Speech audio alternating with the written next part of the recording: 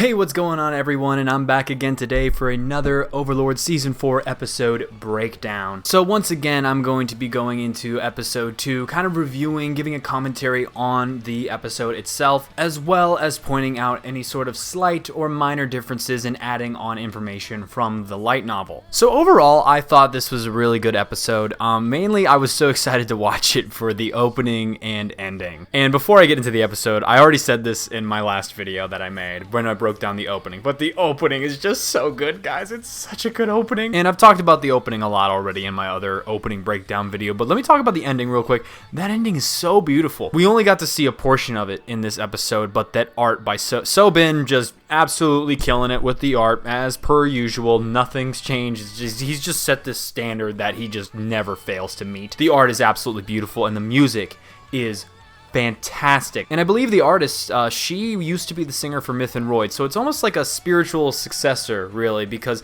Myth and Roid has, been a part of the openings or endings of Overlord and the OST for Overlord since Season 1, so it is kind of, symbolic that the former singer for Myth and Roid did the ending. And I find the ending really unusual for Overlord. It just seems like it doesn't fit, because Hollow Hunger is such a sadistic sounding song, so like No Man's Dawn though is very, very like hopeful and kind of cheerful, and either way though, it's an absolutely beautiful piece and the ending is great, and I can't wait to see the full version. But anyway, going into the episode, first I just want to make a small comment about that little scene at the beginning with Ainz. I just think one thing that's great about the anime is how they capture how much of a pain in the ass it is for Ainz to keep up this act. There's actually a lot of inner dialogue like that in the light novels, like with Ainz constantly thinking about like how exhausting it is to be this way all the time. So going into the next scene where we focus on the Re-Estize Kingdom and Princess Renner's group. So like I've said before, guys, and I think is going to be the trend, is that the broad narrative strokes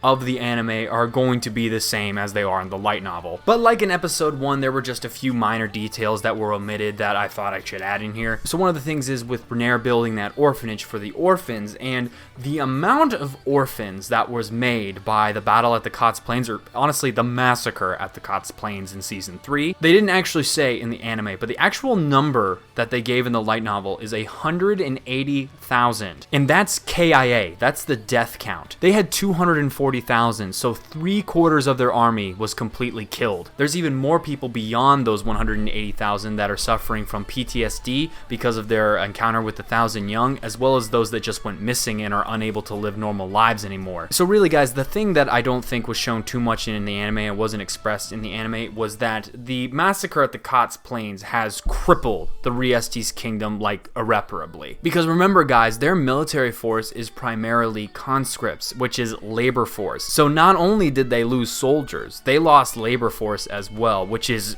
critical to a country's infrastructure. And shameless plug once again, but if you guys want to know more about the inner workings of the Re-Estize Kingdom, you can check out my Re-Estize Kingdom explained video right here. But then we go into that conversation between Renner, Tina, Evil Eye, and Climb. One of the more interesting points of that conversation was the discussion about talents. Now, talents isn't something that's discussed too much in Overlord, so it wouldn't surprise me if people that have only watched the anime don't know a whole lot about talents. So similarly to martial arts, talents are one of the powers that did not exist in Yggdrasil and came from the New World. And what a talent is some sort of innate ability that a New Worlder is born with. Talents have been shown several times in the anime. Nympheria has a talent allowing him to use any sort of magic item. This allowed him to use the Crown of Wisdom in Season 1 of the anime. Another talent that's been shown in the anime is the talent of Fluter, Paradine, and Arshay. They have the same magical talent, and that talent allowed them to see the magic power and tier of arcane magic casters, and that's why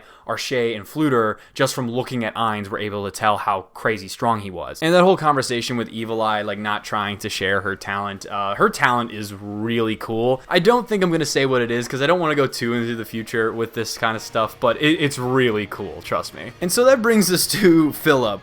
Phillip, oh my god.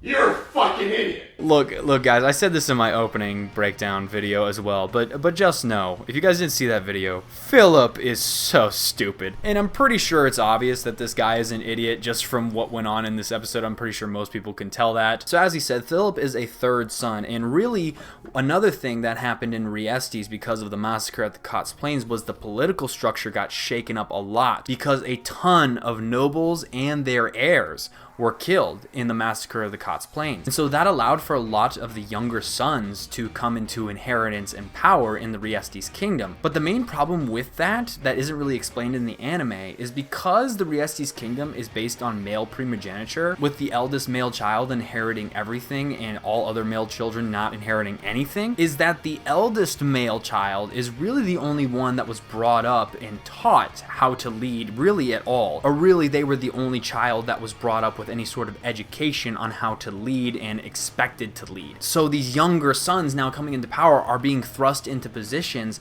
that they were not prepared for. And that has made the political situation even more volatile in Re-Estize than it already was. And it was not good before the Kot's Plains. And so Albedo arrives, and if you guys didn't notice, did you notice that little stick she's holding, that kind of staff looking thing with the ball floating above it? That is actually a world item called Ginyungagap, I think that's how you pronounce it. Ginyungagap, whatever. It's called that. I'll put it on the screen. I'll put the spelling right here or something like that. That's what it's, I think it's pronounced Ginyungagap. And actually, guys, what also hasn't been said is that all the Guardians receive their own world items that they have, and Ginyungagap is Albedo's. This was shown in Season 1, particularly with Aura and Mare. That scroll that Aura was wearing on her back and those two gauntlets that Mare was wearing, those are also world items. We then get into Phillip becoming enamored with Albedo and Albedo playing him like a freaking fiddle. I mean, I don't blame him. I think something that is also not really kind of touched upon, because Albedo is always around other Nazarick people, is that Albedo isn't human. She's inhumanly beautiful. She's impossibly beautiful. So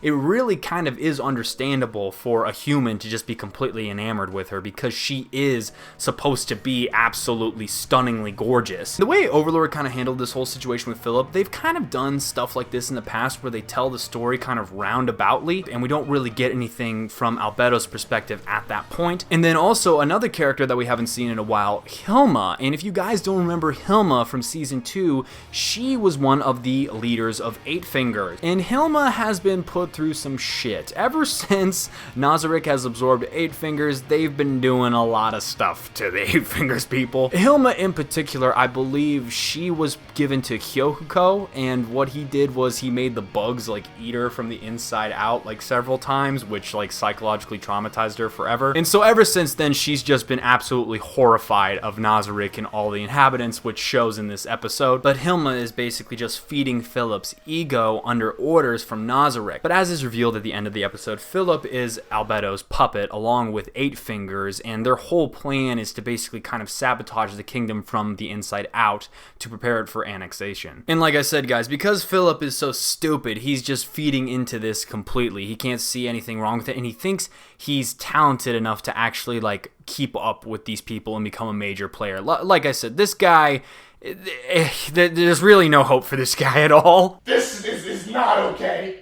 This needs to stop now. There was one little thing I noticed at the end of the episode. So that little meeting that actually took place at the end of the episode, Albedo was meeting with the other members of Eight Fingers. And I don't know if you could tell this from their conversation, but what they're trying to do is actually get the resources from the kingdom transported to the Sorcerer Kingdom to deal with their resource problem while also weakening the kingdom once again. And that little comment about magic items, in the light novel, they're a little more specific with it. She asked specifically about legendary mind control items. So once again, Ainz is trying to figure out who owns the mind control item that was used on Shalltear in Season 1. He still has not let that go. And then we cap it off with that after credit scene between Renner and Albedo. And what that basically did is reveal that Renner is working with Nazarick and has basically betrayed Re-Estize. I thought that was very obvious even before I read the light novels. I've kind of figured that out in Season 2. In the episode where Tuare is kidnapped, there is a scene where Demiurge, he says he wants to inspect something of interest in the kingdom, and you can see him flying off towards the castle. And then later on during the whole Project Gehenna kind of episodes, there's a scene that takes place between Renner, Zanuck, and Marquis Raven, where Renner has said she found 7 of the 8 Fingers bases, and then Marquis Raven is just like, oh wait, we have an 8th one too.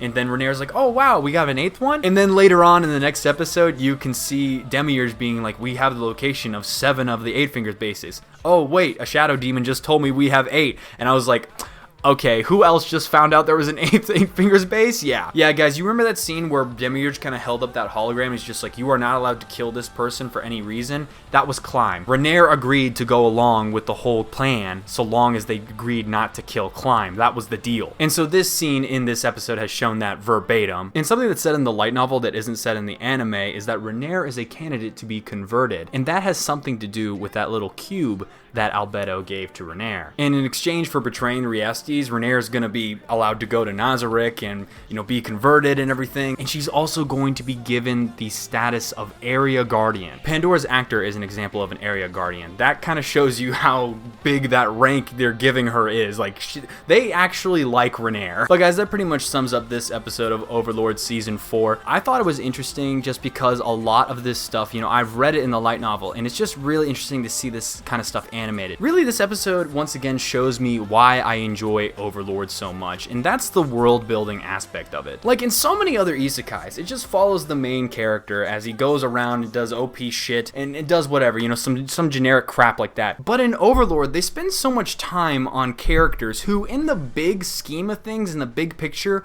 are meaningless and powerless. Like, they really don't have much effect on the world around them when compared to like Ainz and stuff. They spend so much time on it because it allows the world to grow and allows you to learn more about like things that are happening in this world. And that's one of the things I love so much about Overlord. And this episode kind of shows that because it just spends the episode exploring the inner workings of the Re-Estize Kingdom after the massacre. Ainz is almost completely omitted from this episode. So guys, I hope you enjoyed this episode breakdown of Overlord Season 4. As with most of the beginning episodes of Overlord, this one really is just a groundwork kind of laying episode, but with this kind of situation, now that they're out in the open and kind of playing politics, I find it a lot more interesting. So guys, if you enjoyed this video and you want to see more like it, please don't forget to hit that like button on your way out. If you aren't already, please subscribe to the channel. It helps me out more than you know, and it'll let you know when I post in the future. With that being said, I want to thank you all for watching to the very end of the video, and I will see you all next time.